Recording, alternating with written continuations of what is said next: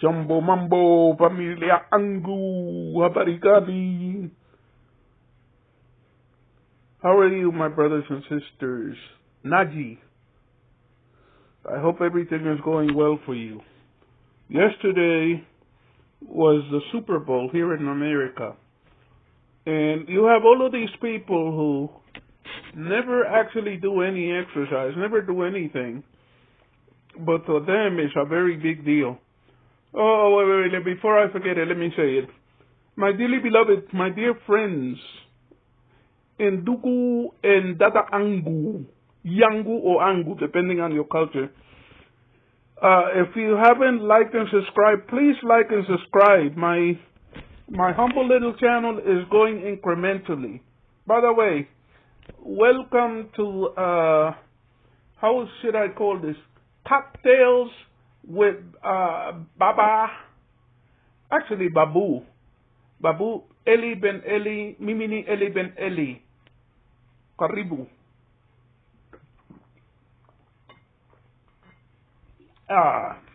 Delicious, delicious, delicious.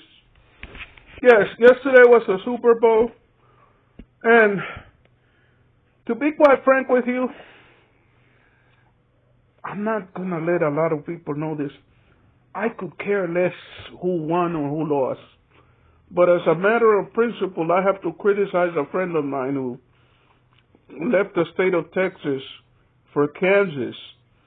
And, you know, much to my anger, the Dallas Cowboys were not even in the Super Bowl, but he's living in Kansas, and Kansas was in the Super Bowl, and they had the audacity to win.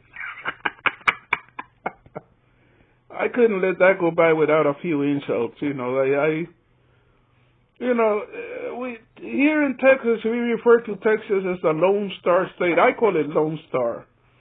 It broke my heart that the Super Bowl was going on, and where is Lone Star? Nobody, you know, people make jokes about the Dallas Cowboys, and that really bothers me, you know, because the Dallas Cowboys are a great team.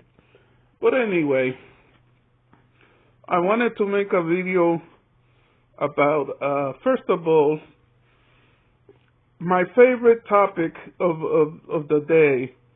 It happens to be Marwa and his incompetence with dealing with horses.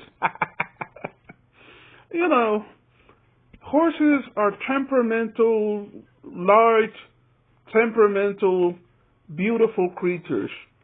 And, you know, shout out to Rocio Cabrera. Rocio Cabrera is developing an excellent attitude about the horses. She understands that the way to deal with them is patience, with love.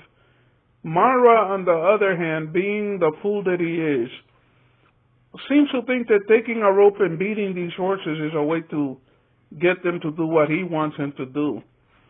And all that I'm saying about that is this. Marwa is blind in one eye, and I don't say that lightly. Okay, let me explain to you. I have had cataract surgery, and I'm very afraid of losing my sight. But, you know, Marwa has a problem, and that is that he's completely blind in one eye. That is very dangerous around horses, because if they flick that kick that could take your life, and you are close to them, and, you know, the kick is coming from a side that you cannot see, that might be the kick that ends your life. So before you decide to, if you're somebody like Marwa, before you decide to play the tough guy with horses, you gotta remember something. How much does Marwa weigh? Let's say 140, 150. Those horses might weigh hundreds of pounds, and they are a lot stronger. That's why whenever I see Marwa pulling on a rope thinking that he's going to force those horses to do anything, I kind of laugh.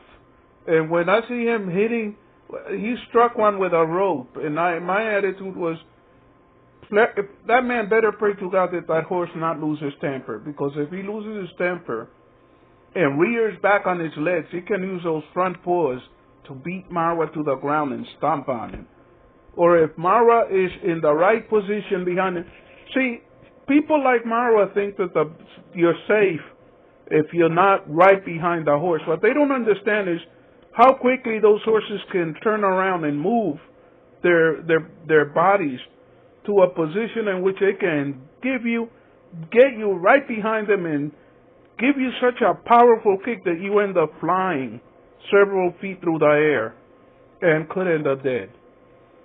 You know, it's like the people who race horses, the people who train horses, they aren't kind and merciful because they're kind and merciful people. No.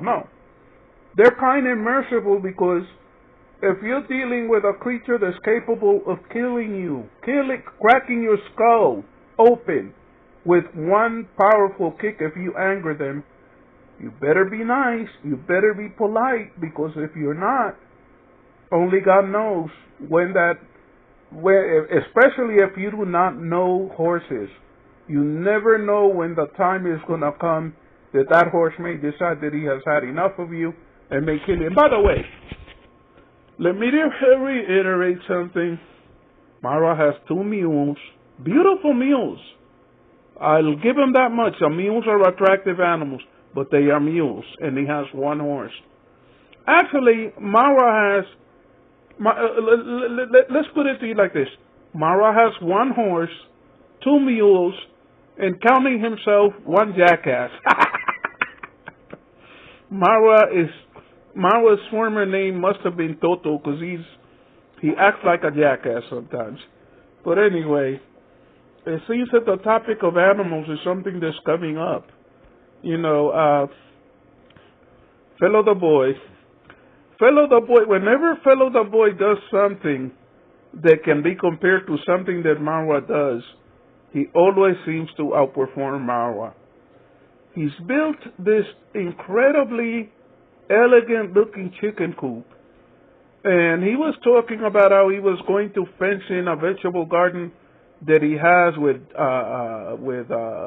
wire mesh before he bought chickens, but apparently he couldn't help it.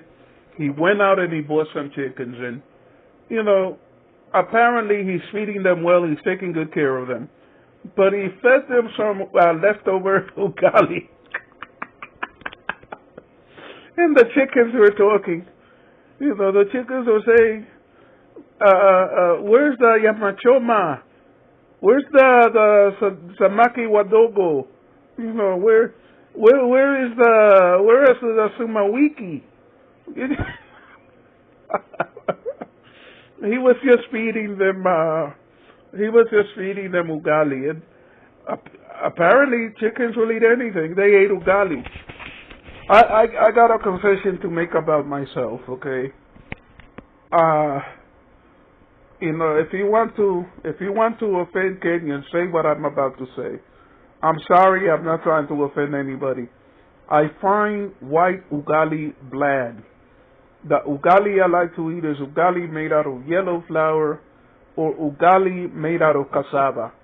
But people tell me, yellow ugali is for animals or whatever. I guess I'm an animal. It has nice flavor. White ugali is like heating up water and calling it coffee without anything in it. It's nothing. You know, it has no flavor. But anyway, I'm very, very impressed by what Felo the boy is doing. Felo the boy is one of these people who has quickly come to realize that sitting on your behind, thinking that you're gonna make all this money and everything by relying on YouTube is a mistake. He's creating a garden for himself. He's apparently, Felo the boy doesn't do anything halfway. He's gonna go into the chicken business, and unlike Marwa, who has that decrepit piece of junk of a hut that's falling apart, it's a wonder that it doesn't collapse and bury all of those birds in it. Felo has taken the role to build something that looks it's not only well created, it looks attractive.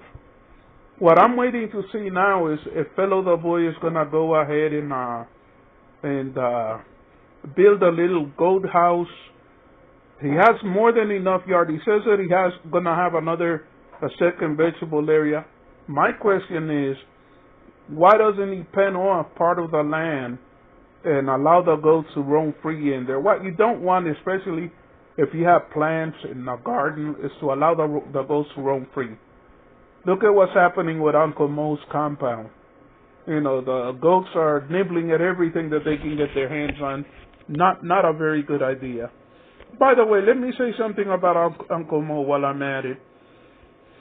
At some point or the other, men in white suits with large butterfly nets are going to have to go ahead and throw a butterfly net over his head, trap him, and take him to a mental hospital. Uncle Mo is doing too much. He's built a gazebo, okay. He has a bathroom in the house, but he built an outdoor bathroom and shower, okay. Now he's building a room, and he's supposed to be making, see, here in the United States, when you talk about a place being a store, you're talking about a place where items are bought and sold, a place for commerce. In Nyabohanse, apparently in Kenya, a store can mean a storage room or a storage building. But Uncle Mo is talking about making a window on the outside wall of his store, which he has newly built, and turning it into a shop. That's what he really is talking about.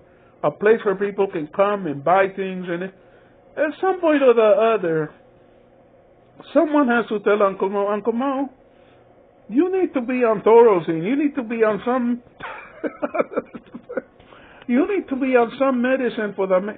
You're doing too much. You're building too much. Okay? Slow down. You're starting to look a little crazy. If you want something to do, go ahead and knock down that clay monstrosity that you have lived in and kept your goats and all of that other stuff in at night. Go ahead and knock that down. It looks horrible, but slow down on all of this building. By the way, why can't that so-called gazebo be used as an outdoor kitchen? The man has built this beautiful compound, beautiful buildings, everything well painted, but he's still cooking on 3 rocks. Come on now. You can do better than that. But anyway, folks, I don't want to make this video too long. I have to say this before before I stop. I saw that OnTrending went out and rode a horse.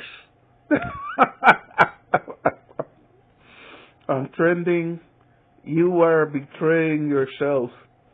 You are secretly a horse lover, aren't you?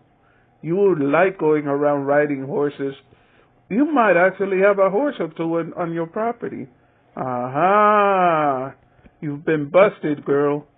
But anyway, Asante Asana, if you have watched the video this far, shout out to all of the reactors, my favorite people on YouTube, even though I have issues with some of them. And, once again, Asante Asana, if you have watched the video this far, go ahead.